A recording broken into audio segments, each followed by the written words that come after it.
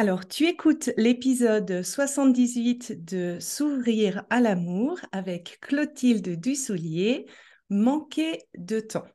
Alors, avant de rentrer dans le sujet avec Clotilde, je tenais à te rappeler que tu peux toujours t'inscrire au webinaire sur la dépendance affective. Je mettrai le lien dans les notes de l'épisode.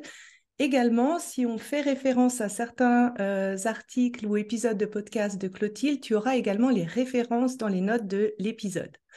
Alors, bienvenue Clotilde sur l'épisode. Merci de m'avoir donné du temps justement pour parler du temps. Bienvenue. Merci beaucoup, merci de me recevoir, merci. Alors, pour les personnes qui ne te connaissent pas, tu es master coach, tu es fondatrice du programme Change ma vie, mode d'emploi et l'auteur du podcast Change ma vie. Moi, personnellement, en fait, je suis une fan. C'est aussi la raison pour laquelle j'ai fait la Life Coach School. Et puis, je me suis quand même rendu compte en cours de formation qu'il y avait beaucoup de Clotilde dans le podcast.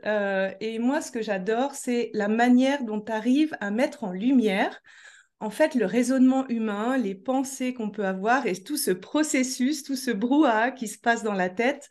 Je tenais vraiment à te féliciter parce que je pense que pas tout le monde a cette capacité de le faire aussi bien que ce que tu le fais.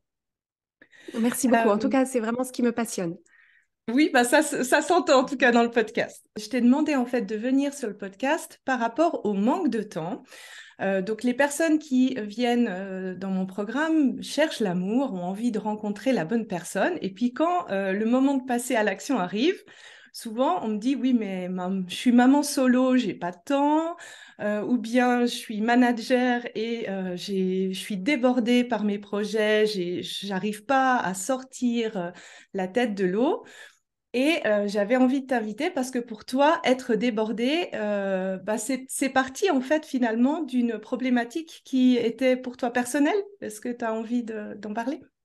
Oui, alors je pense que cette idée de débordement et de manque de temps, c'est une problématique qui est assez universelle. Et moi, ce qui m'a beaucoup intéressée, c'est de m'apercevoir que au fur et à mesure que ma vie euh, évoluait et que je chargeais davantage la mule, qu'en réalité, mon degré de débordement ou d'impression de manque de temps ne changeait pas. Et qu'en fait, ça m'a mis la puce à l'oreille parce que je me suis dit, en particulier au moment d'avoir des enfants, où d'un coup, quand on a des enfants petits, c'est effectivement très chronophage, eh bien, je me suis rendu compte que je me sentais à peu près pareil que quand je n'avais pas d'enfant. Et du coup, je me disais, quand j'avais pas d'enfant, qu'est-ce que je faisais de tout ce temps? Et en réalité, ça m'a permis de me dire qu'il y avait une partie de cette impression de débordement et de manque de temps qui venait de notre propre rapport au temps et notre envie de tout faire tout le temps et de tout charger au maximum. Donc, je ne dis pas que l'impression de débordement ou de manque de temps n'est que dans notre tête, parce qu'il y a des fois des gens, et je sais que tout particulièrement, tu parles à des femmes qui élèvent des enfants seules et qui veulent re-rencontrer l'amour. Et donc, je ne pense pas qu'on puisse dire qu'on a la même quantité de temps disponible indépendamment de nos circonstances de vie. Néanmoins, à circonstances de vie égales, la façon dont on aborde le temps et ce qu'on se raconte sur notre temps fait beaucoup sur cette impression de débordement ou d'asphyxie qu'on peut parfois ressentir. Justement, cette sensation d'être débordée, alors moi j'ai vraiment souri parce que j'ai aussi un fils de 8 ans, je me suis toujours dit, mais qu'est-ce que je faisais quand j'en avais pas d'enfant? Euh, Elle vient d'où, en fait, cette sensation d'être débordée, selon toi? J'avais écouté ton épisode 152, que je mettrai dans les notes. Est-ce que tu veux nous en dire plus, en fait? D'où est-ce que ça peut venir, cette sensation-là? Je pense que le cœur de cette sensation de débordement, c'est finalement la tension entre deux phénomènes. Il y a d'une part le fait que notre temps est une ressource qui est en quantité finie et qui ne se renouvelle pas, contrairement à beaucoup d'autres ressources qu'on a dans notre vie. Donc, le temps, le nombre d'heures qu'on a dans la journée et dans la semaine, ça c'est fixe. Et une fois qu'on a utilisé du temps, on ne le retrouvera pas. Donc ça, c'est un phénomène qui est le phénomène du humain, du temps qu'on a. Et d'autre part, il y a un autre phénomène qui est notre grand appétit de vie, de projets et aussi la très grande variété de stimulation, de propositions, d'injonctions aussi auxquelles on fait face au quotidien. Et donc, en fait, il y a vraiment cette tension autour de l'utilisation de notre ressource temps. On sait qu'on en a une quantité finie et on a envie de l'utiliser pour 12 milliards de trucs.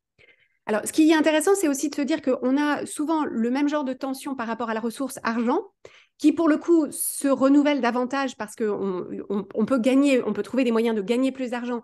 On peut aussi trouver des moyens de gagner plus de temps, mais c'est plus qu'on l'utilise différemment. Bref. Mais donc, en fait, à chaque fois qu'il y a cette tension, on se retrouve étant un individu avec une certaine quantité de temps et plein de choses qu'on a envie de faire avec ce temps.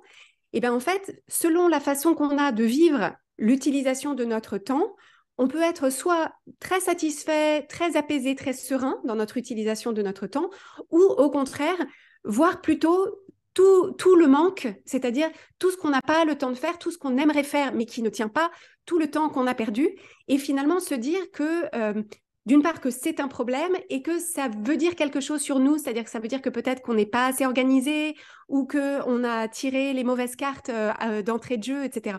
Et donc, en fait, ce qui est intéressant, c'est cette tension, elle existe pour tout le monde, mais c'est la façon dont on vit cette tension et ce qu'on se raconte sur nous, sur notre vie et sur notre utilisation de notre temps qui détermine comment on se sent et donc si on utilise bien ou pas notre temps. Et justement, est-ce qu'il y a des pensées assez, on va dire, récurrentes qui arrivent dans ton épisode? Tu as dit, bah, on n'a pas le temps de tout faire, ou je sais pas par où commencer. Est-ce que toi, avec les personnes que tu accompagnes, tu remarques qu'il y a eu quelque chose qui revient de manière récurrente dans ces pensées-là?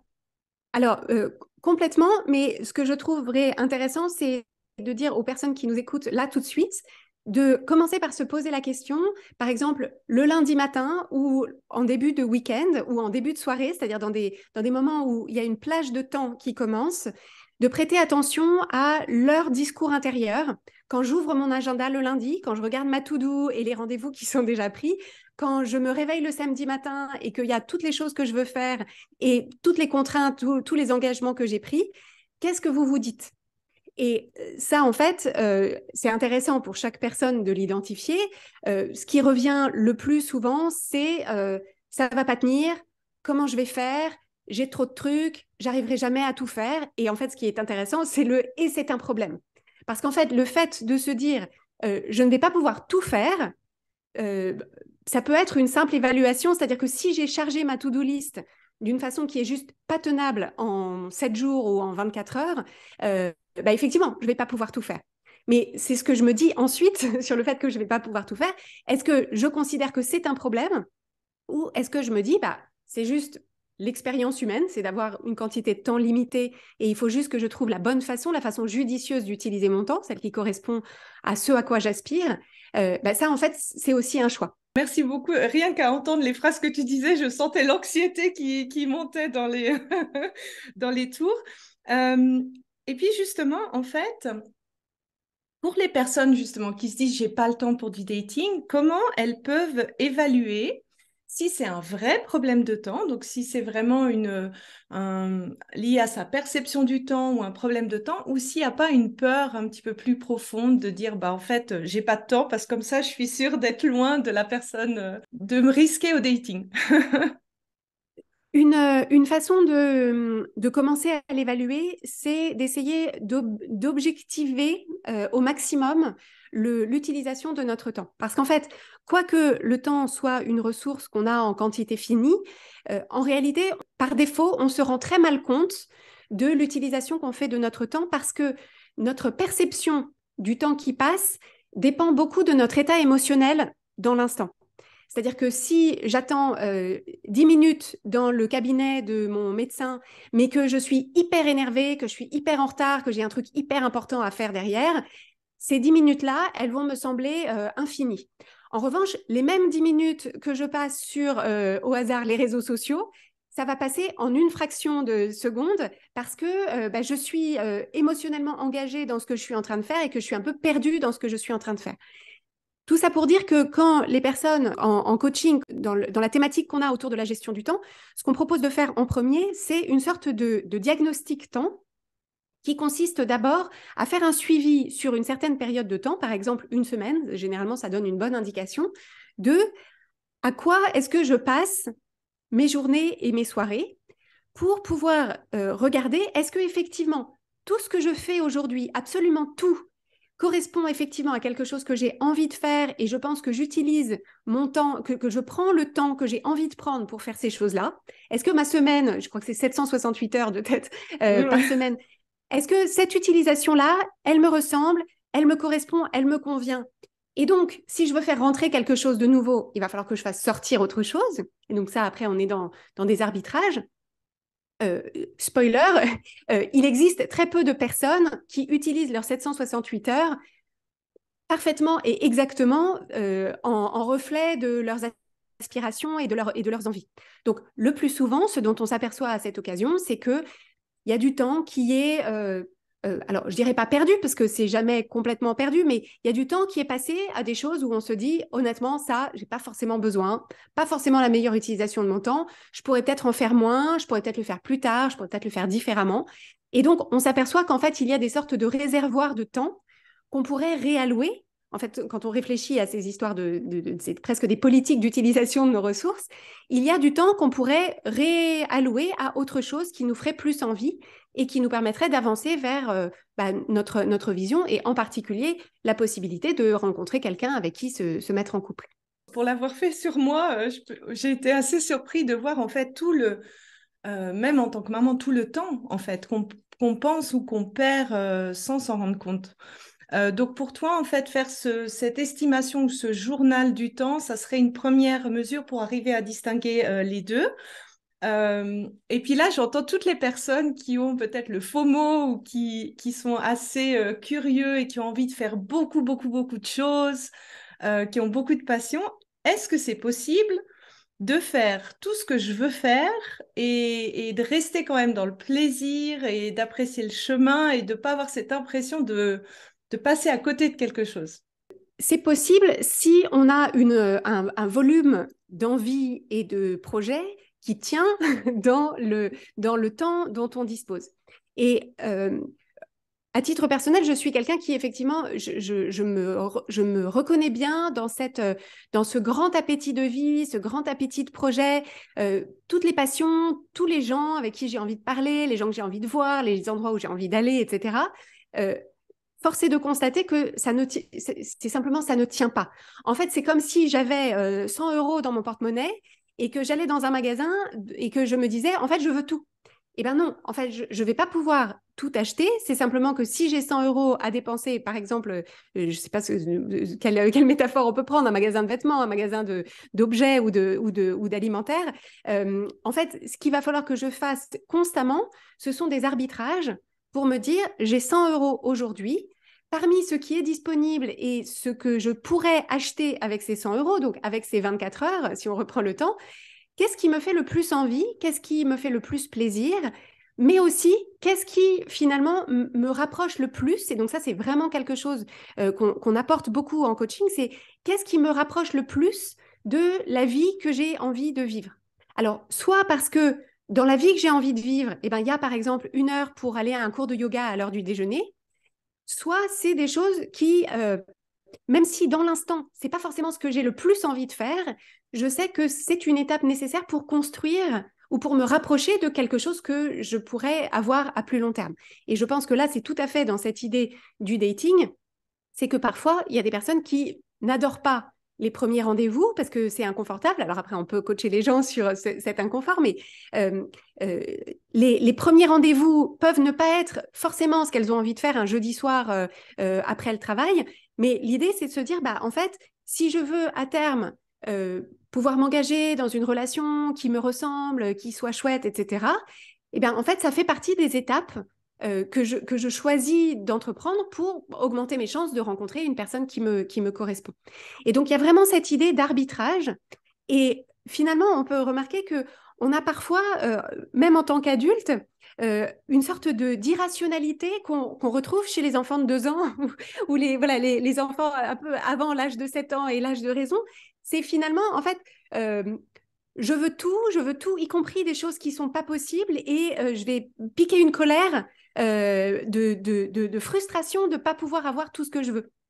Et donc, en fait, l'idée, c'est d'être pour soi-même aussi l'adulte qui apporte la raison, la rationalité et qui dit, cocotte, je sais, je comprends que tu veuilles tout ça, je comprends que tu aies envie de vivre 1000 vies et de rencontrer 1000 personnes, mais là, aujourd'hui, on a 24 heures, cette semaine, on a 7 jours, donc qu'est-ce qu'on en fait? Donc, toujours rapporter se rattacher à cette idée que c'est moi qui décide de ces arbitrages en fonction de mes priorités, de mes besoins, de mes envies, plutôt que d'avoir l'impression de lutter contre une force invisible qui essaye de m'empêcher de faire ce que je veux.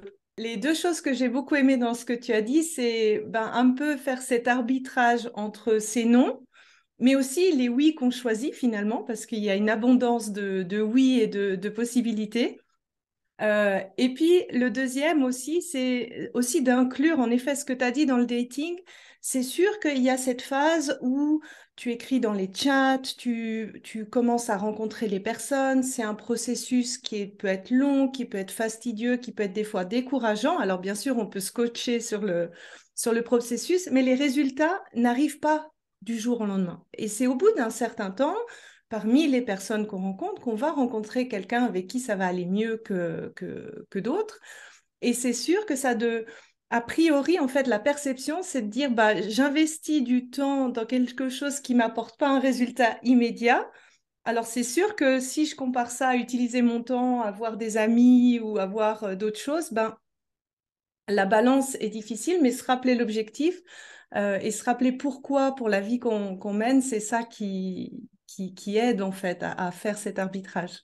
Tout à fait.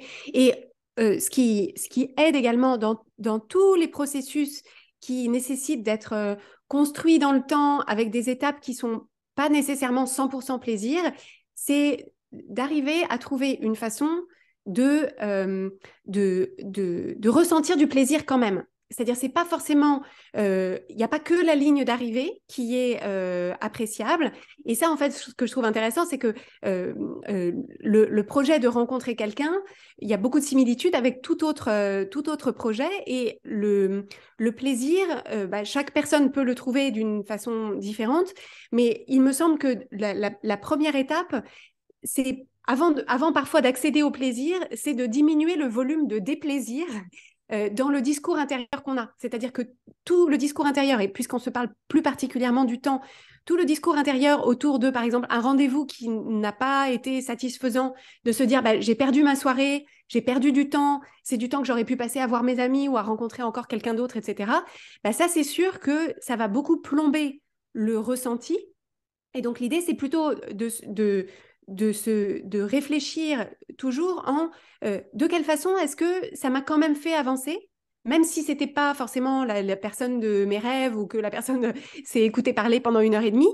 De quelle façon est-ce que je suis un petit peu plus avancée que la fois d'avant? Est-ce qu'il y a un signal que je pourrais détecter plus tôt ou voilà. Donc, je pense que c'est intéressant pour chaque personne de se dire si chaque action que j'entreprends, je me dis comme Nelson Mandela, soit je gagne, soit j'apprends. Ça, c'est une façon de tirer parti des expériences, même celles qui ne sont pas à la hauteur de nos attentes. Je partage totalement ton avis. Je pense que chaque dating que tu as t'apprend déjà peut-être à la personne idéale que tu as envie de trouver, ce qui te correspond, ce qui ne te correspond pas, comment tu te sens dans le processus de dating. Et c'est sûr que ça peut changer vraiment la perception du temps si tu changes ta pensée à ce sujet. Maintenant, si on vient dans les outils concrets, alors tu as parlé du journal du temps. Est-ce que pour toi, arriver à avoir justement le bon arbitrage entre ce qu'on a envie de faire et le temps qu'on a à disposition, qu'on ne peut pas mettre de manière élastique, est-ce que ça passe forcément par planifier son temps? La planification du temps, c'est un outil que je trouve très intéressant et que nous, on propose avec une méthodologie dans notre programme de coaching. C'est surtout intéressant parce que ça révèle de notre rapport au temps et de notre façon de le gérer. Parce que, en fait, ce dont on s'aperçoit, c'est que la plupart d'entre nous, on a une utilisation théorique qu'on voudrait faire de notre temps. Et puis, au moment où on a prévu de faire quelque chose, on a tout un tas de résistances intérieures qui s'élèvent, qui peuvent nous détourner de ce qu'on avait envie de faire quand on réfléchissait avec la partie de notre cerveau qui est la plus rationnelle et surtout la plus connectée aux bénéfices de moyen ou de long terme. Alors que dans l'instant, on entend beaucoup plus la partie de nous qui n'a pas envie d'aller au-devant de l'inconfort et préfère la facilité ou voilà, éviter l'inconfort.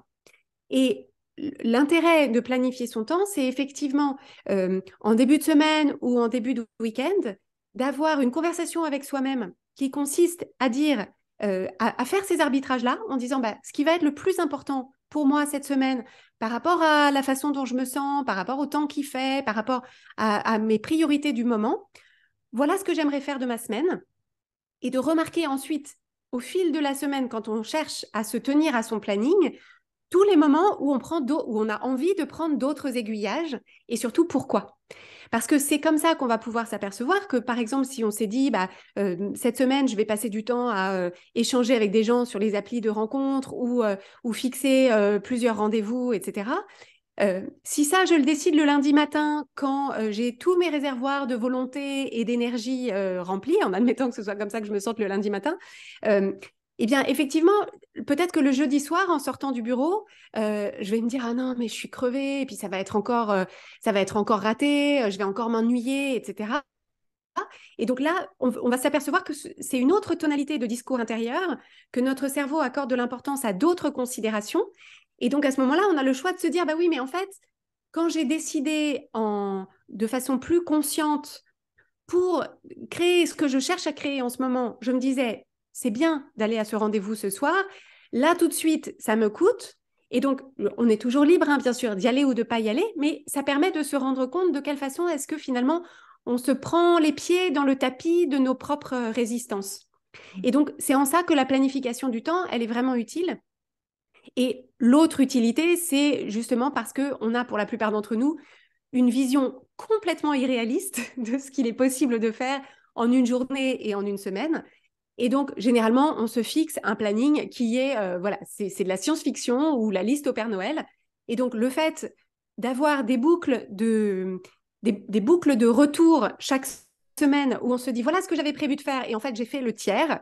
Donc, pourquoi est-ce que j'ai fait que le tiers? La plupart du temps, c'est parce que j'ai chargé la mule 3 fois trop.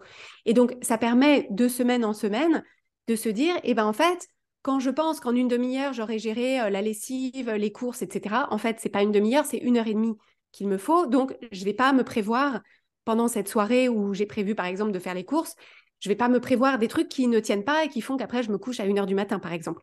Et donc, j'aime bien cet exercice de planification comme outil qui donne de la clarté sur notre utilisation de notre temps, donc les choix qu'on fait dans l'instant, mais aussi la façon qu'on a de créer les conditions de l'échec. Pour rebondir là-dessus, souvent, ça permet en fait de prévenir le phénomène. Je vois quand les personnes commencent en coaching en amour, elles se disent, bon, ça y est, j'ai commencé le coaching, je vais aller à fond avec le dating. Et justement, la tendance, c'est je fais beaucoup, beaucoup, beaucoup, beaucoup, beaucoup, beaucoup, beaucoup, jusqu'à arriver en fait à une overdose dans le dating. Et ce qui enlève la notion de plaisir, parce qu'on n'a plus un équilibre entre les choses qui nous équilibrent, les amis qu'on veut voir, le sport qu'on peut faire, qui nous permet de faire nos courses, qui nous permet d'avoir cet équilibre. Et je trouve personnellement, pour être dans la catégorie je charge la mule, je prévois 3 fois plus que d'habitude, ça permet aussi de planifier sans culpabilité les moments de plaisir, les moments de temps pour soi, les moments de connexion avec soi, parce que en fait, en voyant le programme et toutes les choses qui sont planifiées, on se dit oui, c'est bon, j'ai le droit, en fait, de se donner le droit à faire autre chose. En fait, ce qui me vient en t'écoutant, c'est que il y a une chose que peu de gens réalisent, c'est qu'en fait, quand on parle de gestion du temps, en réalité, ce n'est pas qu'une gestion du temps, c'est aussi une gestion de notre énergie. Et qu'en fait, quand on se dit je n'ai pas le temps de faire toutes les choses que j'ai envie de faire, il y a le corollaire qui est en réalité je n'ai pas l'énergie. Parce que parfois on se dit en fait j'aurai du temps, c'est-à-dire qu'entre le moment où je rentre chez moi et enfin entre la fin du dîner et le moment où je vais me coucher, peut-être qu'il y a 2 heures, mais ces 2 heures-là, compte tenu de mon niveau d'énergie à cette heure-là de la journée et ce que j'ai fait avant, c'est pas les mêmes 2 heures que celles que j'ai le samedi matin entre 10 heures et midi. Et donc, tout particulièrement quand on parle de dating ou de rencontres, je pense que c'est très important pour les personnes qui nous écoutent de se poser la question entre leur degré d'introversion ou d'extraversion, c'est-à-dire est-ce que rencontrer des gens, interagir avec les gens, est-ce que ça recharge mes batteries? Est-ce que c'est quelque chose, en fait, quand je passe ma soirée à le faire, en fait, ça me donne de l'énergie, voilà, ça m'enthousiasme, etc. Ou, donc ça, c'est plutôt les personnes qui sont l'équipe extravertie. Ou est-ce que en réalité, ça me coûte et que ça me coûte de l'énergie, ça a plutôt tendance à décharger mes batteries? Parce que à ce moment-là, l'idée, ce sera de se dire, je ne peux pas attendre de moi de remplir ma semaine de choses qui drainent mon énergie et qui font que à la fin de la semaine, je me dis, mais à quoi bon tout ça? Parce que juste, je n'en peux plus. Et donc, pour être moi-même plutôt dans l'équipe des introvertis où j'adore les gens, j'adore échanger avec les gens, mais j'ai besoin, en contrepartie, d'avoir beaucoup de temps seul pour recharger mes batteries. Je pense que c'est quelque chose, surtout comme on est dans une société qui valorise plus l'extraversion que l'introversion, plus la vie sociale que la solitude. Je pense que c'est vraiment une découverte, un processus de découverte à faire pour soi-même et de vérifier que si on se demande à soi-même de déployer de l'énergie pour interagir avec les autres, s'assurer qu'on a des temps de repli, de repli sur soi pour nourrir en fait cette connexion à soi. D'autant plus qu'il me semble que les rencontres amoureuses, euh, euh, comme souvent, ça fait remonter aussi Mhm. euh, beaucoup de questionnements émotionnels, beaucoup de sujets, de regard sur soi. C'est très vulnérable de se mettre comme ça voilà, sur le marché, entre guillemets, de la rencontre. Je pense qu'il faut vraiment valoriser ces moments où on se retrouve avec soi-même, où on se reconnecte à notre valeur indépendamment de est-ce qu'on est en couple ou pas, est-ce qu'on a plu à cette personne ou pas, est-ce qu'elle veut un deuxième rendez-vous ou pas. Je partage tout à fait ton avis, surtout si on a eu le sentiment de répéter, d'avoir beaucoup d'échecs amoureux. Même le premier rendez-vous, ça peut être quelque chose qui peut être très prenant, générer beaucoup d'émotionnel. Et c'est pour ça que je recommande toujours, en fait, soit avant ou après, d'avoir un moment qui permet justement de se ressourcer parce que, en effet, ça peut être drainant émotionnellement, drainant énergétiquement. Merci de l'avoir rappelé, c'est extrêmement important. Est-ce que dans la gestion du temps, est-ce qu'il y a encore quelque chose que tu aimerais ajouter ou est-ce que tu penses qu'on a fait le tour à peu près par rapport au temps? Une chose que j'aimerais ajouter, c'est le concept de chapitre de vie qui m'a été, moi, très utile et que je propose souvent en coaching autour du temps. C'est l'idée de se dire qu'en fait, cette notion d'équilibre dans laquelle on aimerait faire de la place pour tout ce qui nous tient à cœur, eh bien, en fait, c'est quelque chose qui est mouvant et qui est amené à changer en fonction des chapitres de vie qu'on traverse. Et donc, moi qui ai plutôt vécu ces problèmes de gestion du temps autour de la parentalité, j'ai trouvé ça très utile à des moments où en fait je m'apercevais que m'occuper d'enfants petits, ça prenait, en toute honnêteté, beaucoup plus de temps que ce que je voulais, que ce que je voulais idéalement y consacrer. Euh, mais que néanmoins, c'était le chapitre de vie que je traversais à ce moment-là. Et l'idée, c'était d'embrasser ça du mieux que je pouvais en me disant, ça ne durera pas toujours. C'est-à-dire que là, je traverse un chapitre de vie dans lequel mes enfants sont petits, mon boulot est prenant, et donc, grosso modo, j'ai le temps pour ça, pour les enfants et mon travail. Et donc, c'est un chapitre pendant lequel, bah, en termes de sport, j'ai fait beaucoup moins. En termes d'amis et de vie sociale ou de vie culturelle, j'ai fait beaucoup moins, largement moins que ce que j'aurais voulu. En termes de temps pour moi, bah, c'était pas génial non plus. Euh, Mais l'idée, c'était de se dire, c'est ça que je choisis pour ce chapitre. Et donc, si on transpose aux problématiques de rencontres et de dating, l'idée, c'est de se dire, bah, effectivement, c'est une période pendant laquelle je choisis intentionnellement de faire de ce projet une priorité. Alors, ce n'est pas forcément la seule priorité et il ne faut pas effectivement remplir mon temps de que ça si j'en ai pas envie, mais peut-être que si.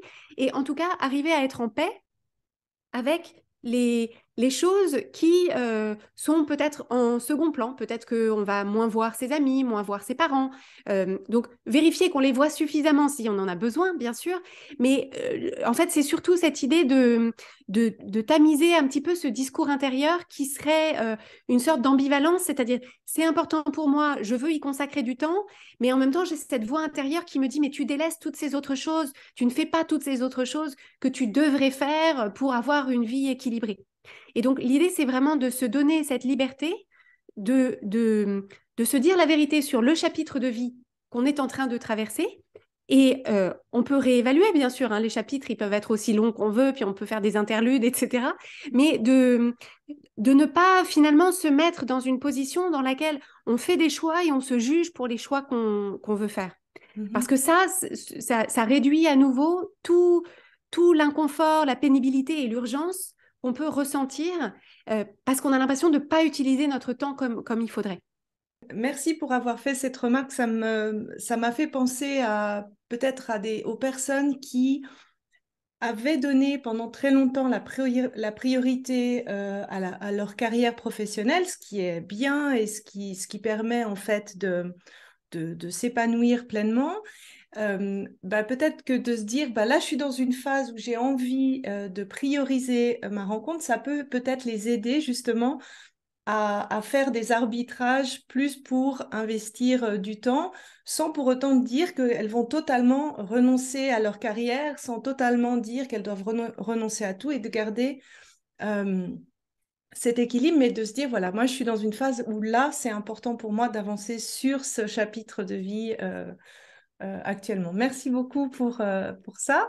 Alors bon, Clotilde, au cas où les gens ne connaîtraient pas ton adresse Internet, est-ce que tu peux le dire à nouveau où ils peuvent retrouver tes podcasts, tes accompagnements et tout? Merci de me donner l'occasion d'inviter les gens à me retrouver.